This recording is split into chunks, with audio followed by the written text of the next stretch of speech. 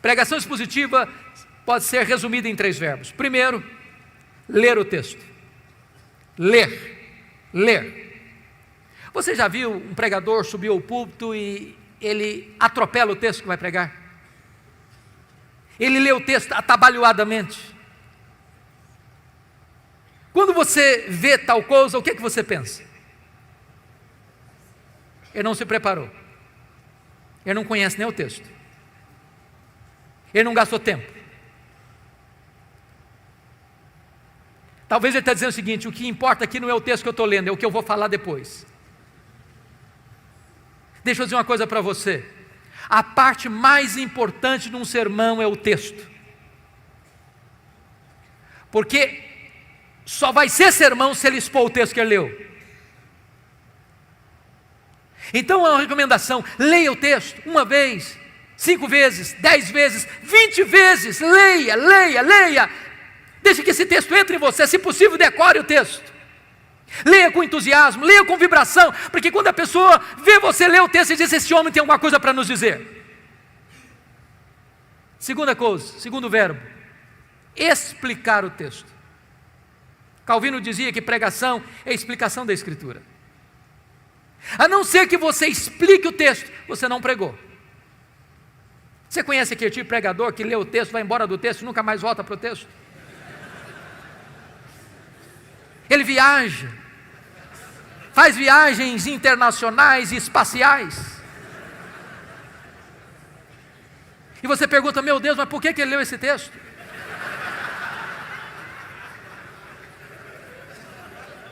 Você conhece aquele tipo de pregador que diz assim: eu já tenho o sermão, só preciso encontrar um texto agora? O sermão emana do texto. O sermão é a explicação do texto. E por isso nós temos uma palavra técnica que os pastores conhecem, que é exegese. Exegese vem de um prefixo ex, que significa tirar do texto o que está no texto. Cave o texto, descubra o texto, veja o que está lá. E às vezes nós não encontramos essas pepitas de ouro na superfície, é preciso cavar.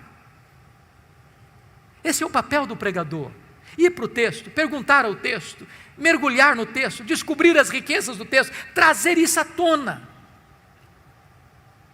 Sabe, irmãos, quando uma igreja se acostuma com pregação expositiva, ela não quer mastigar palha mais. Depois que ela descobre a riqueza da Escritura, ela não tolera mais escutar sermão que não seja focado na Escritura, que exponha a Escritura. O contrário de exegese é exegese. Exegese tem o prefixo eis, significa colocar lá, o que não está lá. Tem muito pregador que vai para o púlpito com as suas ideias, e ele tenta impor ao texto o que ele pensa, o que ele acha. Ele já tem uma ideia preconcebida, mas isso não é pregação. Pregação é quando você vai para a Escritura e deixa que a Escritura fale, você é apenas o canal, você é apenas o instrumento. O terceiro verbo, importante pregação expositiva: primeiro é ler o texto, segundo é explicar o texto, terceiro é aplicar o texto. Dr. John Stott escreveu um livro importantíssimo, que penso ainda não está em português, Entre Dois Mundos, e ele disse que pregação é a união desses dois mundos, o texto antigo com o ouvinte contemporâneo. Se você não conectar o texto ao ouvinte, você não pregou. Pregação não é um discurso diante do auditório. Pregação é uma palavra ao auditório.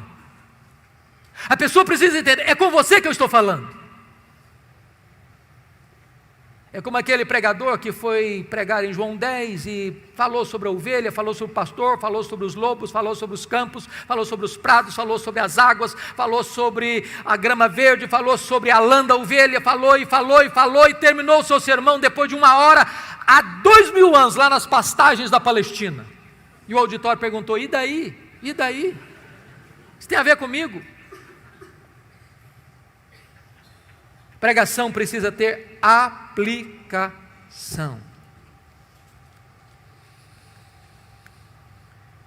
E aqui é importante uma coisa: Se você não interpretar corretamente o texto, você pode ser herético na aplicação. Você pode proibir em nome de Deus o que Deus não está proibindo.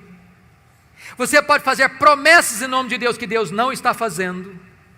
Você se torna um falso profeta, um falso mestre, um falso pregador. Haddon Robson escreveu um livro importantíssimo e ele trabalha sobre esse assunto, falando da heresia da aplicação. Quando o pregador não interpreta o texto, ele se torna herético na hora de aplicar o texto. Há pouco tempo eu estava vindo de Governador Valadares, fui pregar lá um dia à noite, retornando para Vitória, já por volta das 3 horas da madrugada, com muito sono, quase chegando em Vitória, eu disse, meu Deus, eu não aguento o sono. E aí eu liguei o rádio para ver se eu me desparecia um pouco. E um pregador pregava animadamente sobre Sansão, e eu fiquei ligado nele para tentar não ficar desligado do volante. E lá pelas tantas ele disse o seguinte, se você tem que enfrentar os seus leões, como Sansão enfrentou o leão. Eu disse, eu também tenho que enfrentar o meu leão. E ele disse, se você vencer o seu leão e matar o seu leão, você tem a recompensa, você pode chupar o mel da sua caveira. Aí eu pensei, meu Deus, eu não entendi o texto. Porque ele não entendeu o texto, ele aplicou o texto erradamente e cometeu uma heresia grave. Porque o mel da caveira do leão para Sansão não foi recompensa, foi uma quebra de um pacto que ele tinha feito com Deus, de nazereado. Ele não podia tocar em defunto, ele não podia tocar em cadáver.